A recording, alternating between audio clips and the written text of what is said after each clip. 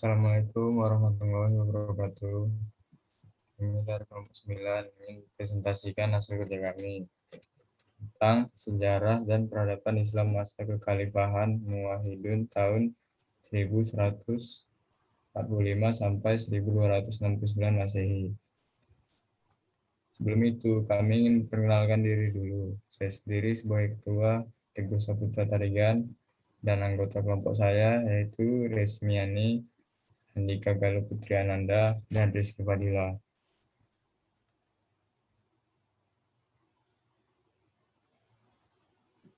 Materi sejarah akan dibacakan oleh saya, proses dan perkembangan dinasti Muwahhidun akan dibacakan oleh Resi, kemajuan dibacakan oleh Dika, kemunduran dibacakan oleh Rizky.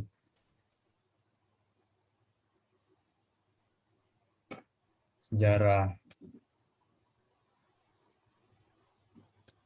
Dinasti Muwahhidun adalah sebuah dinasti yang pernah berkuasa di Afrika Utara bagian barat. Dinasti yang didirikan oleh Muhammad bin Tumar ini pernah eksis sekitar 1,5 abad, yaitu 1121 sampai 1269 Masehi. Ibn Tumar sendiri berasal dari salah satu suku Barbar dari kabilah Mas Muda yang hidup di pedalaman Afrika Utara. Dinasti Al-Muwahhidun yang berarti golongan yang berpaham tauhid didasarkan atas prinsip dakwah Ibnu Tumar yang memerangi paham At-Tazim yang menganggap bahwa Tuhan punya bentuk atau antropomorfisme yang berkembang di Afrika Utara pada masa itu di bawah kekuasaan dinasti Al-Murabitun 448 Hijriah 1506 Masehi sampai 448 Hijriah atau 1156 Masehi sampai 541 Hijriah atau 1147 Masehi. Atas dasar bahwa ayat yang berkaitan dengan sifat Tuhan yang tersebut dalam Al-Quran, seperti tangan Tuhan, tidak dapat ditakikan atau dijelaskan dan harus dipahami seperti apa adanya.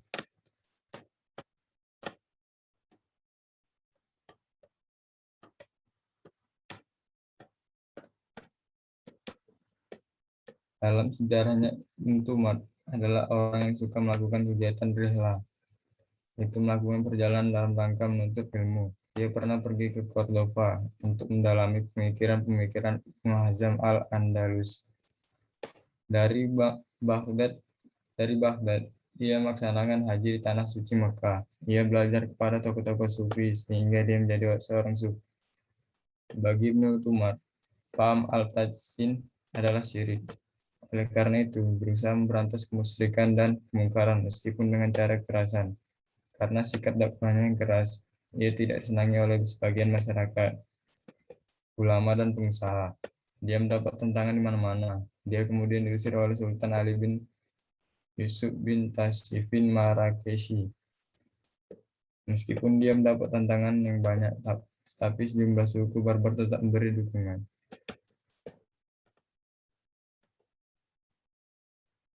Proses dan perkembangan dinasti Muwahhidun akan dibacakan oleh Resi. Selanjutnya, ada proses dan perkembangan dinasti Muwahhidun. Kekuasaan dinasti Muwahhidun tumbuh dan berkembang di Afrika Utara dan Spanyol. Kelahiran Muwahhidun ini bertujuan untuk memurnikan ajaran Islam yang telah dikotori orang-orang Murabitun pada fase akhir kekuasaannya. Dinasti ini mampu meraih kejayaannya karena pemimpin yang kuat serta cinta ilmu pengetahuan. Kehadiran dinasti Muwahhidun ini telah membuka mata orang barat tentang pencapaian peradaban umat manusia.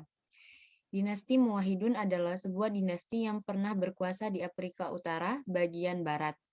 Wafatnya Yusuf bin Tashfin pada tahun 1106 Masehi berakibat buruk bagi Murabitun karena pemimpin-pemimpin setelah dia adalah orang-orang yang lemah.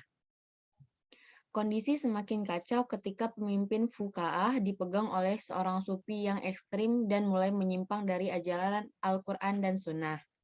Kehidupan masyarakat sudah materialistis, di samping terjadinya stagnasi dalam pemikiran para pengikut Imam Malik, yang menyatakan tidak perlu lagi mempelajari tafsir Al-Quran dan hadis, karena semua itu telah dilakukan oleh Imam Malik.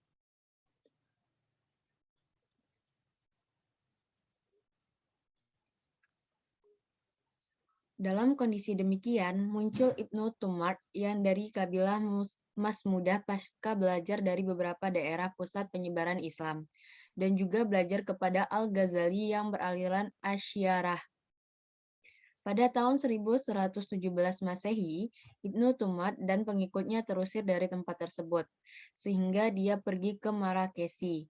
Namun, karena di tempat tersebut kehadirannya tidak begitu mendapat sambutan, akhirnya dia pergi ke Tilimsam.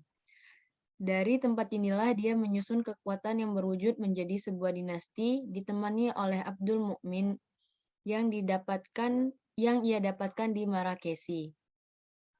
Untuk menyebarkan dakwahnya, ia mengirim dai ke berbagai daerah untuk mengajak kepada kebenaran dan meninggalkan kebiasaan-kebiasaan yang buruk. Kepada pengikutnya, dia menyeruakan supaya mendirikan sholat tepat waktu, berakhlak terpuji, taat pada undang-undang, membuat wirid yang dibuat oleh Imam Mahdi, dan mendalami kitab-kitab akidah al-muwahhidun.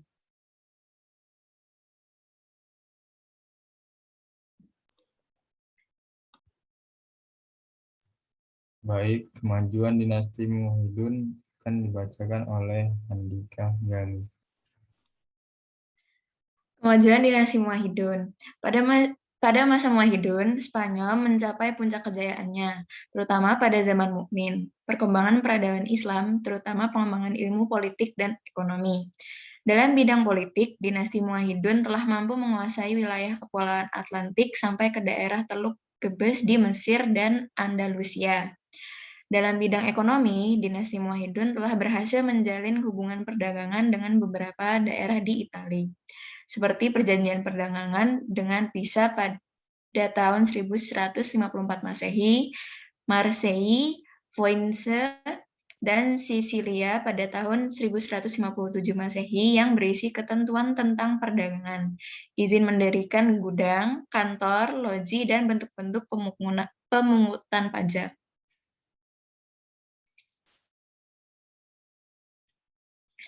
Dalam bidang arsitektur, dinasti Muwahhidun banyak menghasilkan karya-karya dalam bentuk monumen, seperti Giralda, menara pada Masjid Jami' Sevilla, Bab Akunau, dan Al-Qutubiyah.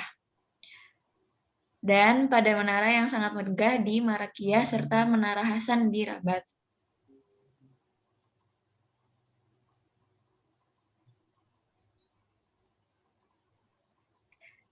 Lalu, dalam bidang ilmu pengetahuan dan filsafat, banyak ilmuwan yang muncul pada masa dinasti Muwahhidun. Ini, terutama pada masa kepemimpinan Abdul Mukmin dan Abu Yakub Yusuf adalah sebagai berikut.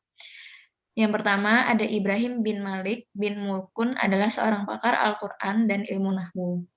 Yang kedua, ada Al-Hafidz Abu Bakr bin Al-Jad, seorang ahli fikih, dan Ibnu Al-Zur, ahli kedokteran.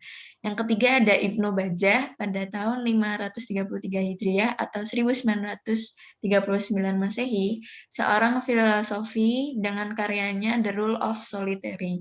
Ia juga ahli di bidang musik yang disebut Avant Pace atau Aben Pace. Yang keempat ada Ibnu Tufail, seorang filosof dengan karyanya Hayy bin Yaqzan. Ia juga dikenal sebagai seorang dokter, ahli geografi, dan juga dianggap sebagai penyair Andalusia atau yang dikenal dengan nama Al-Andalusi atau Al-Qurtubi atau Al-Isibili. Yang kelima ada Ibnu Rushd. Ia adalah seorang filosof, dokter, ahli matematika, fikih, ahli hukum, ahli astronomi, atau dikenal dengan sebutan Averroes atau Averroism di Barat.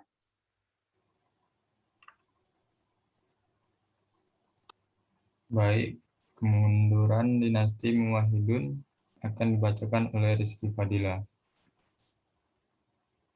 Kemunduran dinasti Muwahhidun setelah mengalami kekalahan selama 1 abad pada tahun 100 sampai 1169 Masehi, dinasti Muwahhidun mengalami kemunduran dan akhirnya hancur. Kemunduran ini terasa setelah An-Nasir wafat yang selanjutnya dipimpin oleh pemimpin yang lemah. Adapun faktor kemunduran dinasti Muwahhidun ini disebabkan oleh 1. Perebutan tahta di kalangan keluarga. 2. Melemahnya kontrol terhadap penguasa daerah. 3. Mengendurnya tradisi disiplin.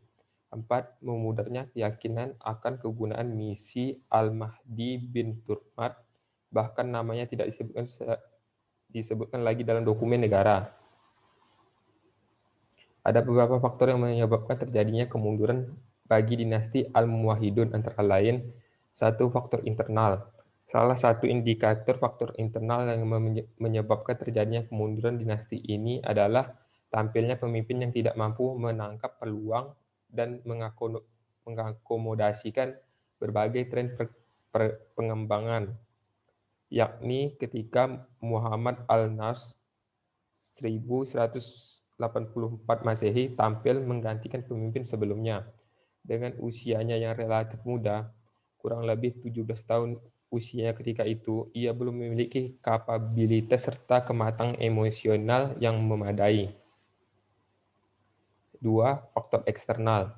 Bersamaan dengan kemundurannya dinasti Al-Muwahhidun, sebagai akumulasi dari berbagai persoalan sosial politik dalam negeri, pasukan salib yang telah dikalahkan oleh Salahuddin di Palestina kembali ke Eropa dan mulai menggalang kekuatan baru di bawah pimpinan Alfonso IX. Karena penguasaan Al-Muwahhidun merasa terdesak, akhirnya meninggalkan Spanyol dan kembali ke Afrika Utara atau Maroko. Sedangkan Cordova jatuh ke tangan penguasaan Kristen pada tahun 1238 Masehi. Menyusul Seville jatuh pada tahun 1248 Masehi. Serang-serangan yang dilakukan pasukan Kristen ini telah menjadikan seluruh Spanyol lepas dari kekuasaan Islam, kecuali Granada.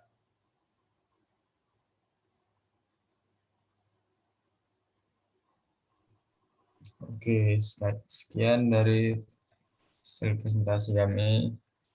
Kurang lebihnya kami mohon maaf.